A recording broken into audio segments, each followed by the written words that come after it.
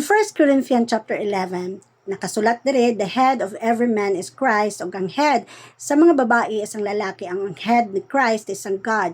A man ought not to cover his head since siya kuno mo'y image o ang glory sa Ginoo. For every man who prays and prophesies na nga nakakover iyang ulo, gi-dishonor kuno na niya ang Ginoo. So ang mga babae kuno is the crown and glory sa mga lalaki since a woman comes from a man. For every woman who prays and prophesies nga wala kuno niya kabiri iyang ulo, gi-dishonor kuno niya ang mga lalaki. Murara kuno na iyang gishaban ang ulo. For if a woman wala kabiri iyang ulo, she might as well putlan na lang daw kuno ang iyang buhok.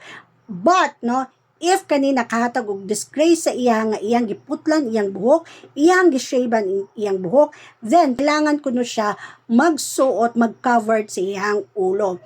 Muni siya rason ngano ang mga babae gitagaan og authority over her own head because of the angels. Nevertheless, in the Lord, ingon siya dire, ang mga babae kuno is not independent of man, and ang mga lalaki kuno is not independent of woman. Kaya mga babae kuno gikan sa lalaki, ug ang lalaki kuno gipanganak pinaagi sa mga babae. So kitang tanan gikan ta sa Ginoo.